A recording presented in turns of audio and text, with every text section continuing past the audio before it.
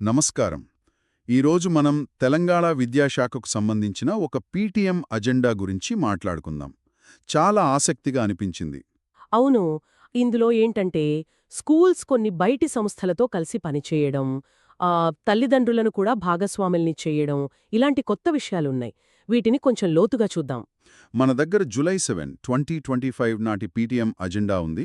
ఇంకా విద్యాశాఖ 6 సంస్థలతో చేసుకున్న ఒప్పందాల వివరాలు, ఆ తర్వాత తల్లిదండ్రులు భాగస్వాములుగా అని ఒక పోస్టర్ ఉంది కదా, దాని ముఖ్యాంశాలు కూడా ఉన్నాయి. మనం దీన్ని ఎందుకు చర్చిస్తున్నామంటే, అసలు మన పాఠశాలలు పిల్లల మంచి కోసం బయటి వాళ్ల సహాయం ఎలా తీసుకుంటున్నాయి, తల్లిదండ్రులను ఎలా ఇన్వాల్వ్ చేస్తున్నాయి, ఇది తెలుసుకోవడం ముఖ్యం కదా. కరెక్ట్. ఈ అజెండాని 3 భాగాలుగా పెట్టారు: ఎంగేజ్, ఎడ్యుకేట్, ఎంపవర్ అని. నాకు తెలిసి ఈ ఎడ్యుకేట్ భాగంలోనే చాలా విషయం ఉందవునా? అవునండి. అందులో 2 ముఖ్యమైన పాయింట్సున్నాయి. మొదటిది, మీరన్నట్టు ఈ 6 సంస్థలతో భాగస్వామ్యం గురించి పేరెంట్స్కి చెప్పడం. ఆ 6 సంస్థలు ఏంటవి? వాటి పనేమిటి? చెప్తాను. మొదటిది ఏక్ స్టెప్ ఫౌండేషన్. వీళ్ళు ఆర్టిఫిషియల్ ఇంటెలిజెన్స్ అంటే ఏఐ వాడి 2 నుంచి 5వ తరగతి పిల్లలకు చదవడం, లెక్కలు నేర్పిస్తారు. ఓ, ఏఐతోనా? చిన్న క్లాసులకే? బావుంది. అవును. తర్వాత ఖాన్ అకాడమీ. ఇది మనకు తెలిసిందే, డిజిటల్ లెర్నింగ్ ప్లాట్ఫామ్, 6 నుంచి 10వ తరగతి వాళ్లకి. మూడోది పైజామ్ ఫౌండేషన్. ఇది కూడా టెక్నాలజీయే. 1 నుంచి 10 వరకు పిల్లలకు ఏఐ, కోడింగ్ లాంటివి నేర్పిస్తారు. ఓకే. ఇంకా ఫిజిక్స్ వాలా. ఇది కొంచెం పెద్ద పిల్లలకు, అంటే 9 నుంచి 12వ తరగతి వారికి. పోటీ పరీక్షల కోచింగ్ ఇస్తారు. కాంపిటేటివ్ ఎగ్జామ్స్కి కూడానా? సరే. తర్వాత ప్రజ్వల ఫౌండేషన్. వీళ్ళు పిల్లల భద్రత అంటే సేఫ్టీ, కౌన్సిలింగ్ చూస్తారు, 6 నుంచి 12వ తరగతి వరకు. భద్రతా కౌన్సిలింగ్ చాలా అవసరం ఇవి కూడా. అవును. చివరిగా ఎడ్యుకేట్ గర్ల్స్. వీళ్ళు బడి బయట ఉన్న పిల్లల్ని మళ్లీ బడిలో చేర్పించడం, పెద్దవాళ్లకి చదువు చెప్పడం, ఇలాంటివి చేస్తారు. అంటే దాదాపుగా టెక్నాలజీ, పరీక్షలు, భద్రత, చివరికి బడి మానేసిన పిల్లలు అన్నిటినీ టచ్ చేసినట్టే కదా? అవునండి. ఒక పద్ధతి ప్రకారం ప్లాన్ చేసినట్టు కనిపిస్తోంది. మరి వీటి వల్ల అసలు స్కూల్స్కి, పిల్లలకి లాభమేంటి? అంటే ఏం ఆశిస్తున్నారు? ముఖ్యంగా ఎలాంటి ఖర్చు లేకుండానే స్కూల్స్కి కొత్త టూల్స్, వనరులు తీసుకురావడం. అంటే ఏఐ వాడకం, డిజిటల్ లెర్నింగ్, మంచి కోచింగ్, సేఫ్ ఎన్వైర్న్మెంట్, ఇంకా డ్రాపౌట్లను తగ్గించడం. అంటే పిల్లలకు వాళ్ల స్థాయికి తగ్గట్టు చదువు చెప్పడం, టెక్నాలజీతో పాటు సామాజిక అంశాల్ని కూడా చూడటమన్నమాట. చాలా బావుంది.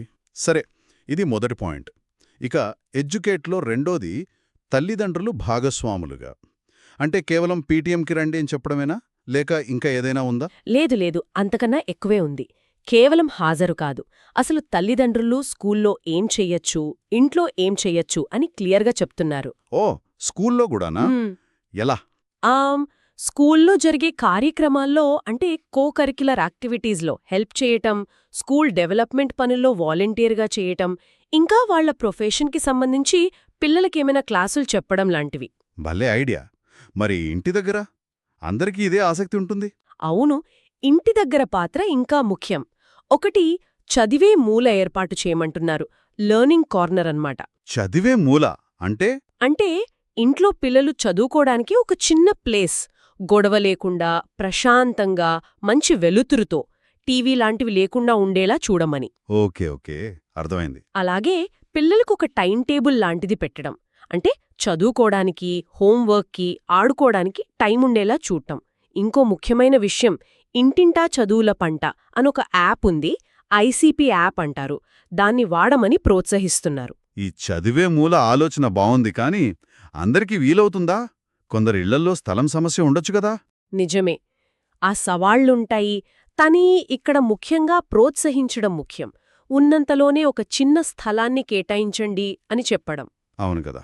అలాగే ఐసీపీ యాప్ డౌన్లోడ్ చేయడంలో హెల్ప్ చేయడం, వాళ్లు ఏర్పాటు చేసుకున్న చదివే మూల ఫోటో తీసి వాట్సాప్లో పంపమనడం, ఇలాంటివి కూడా ఉన్నాయి.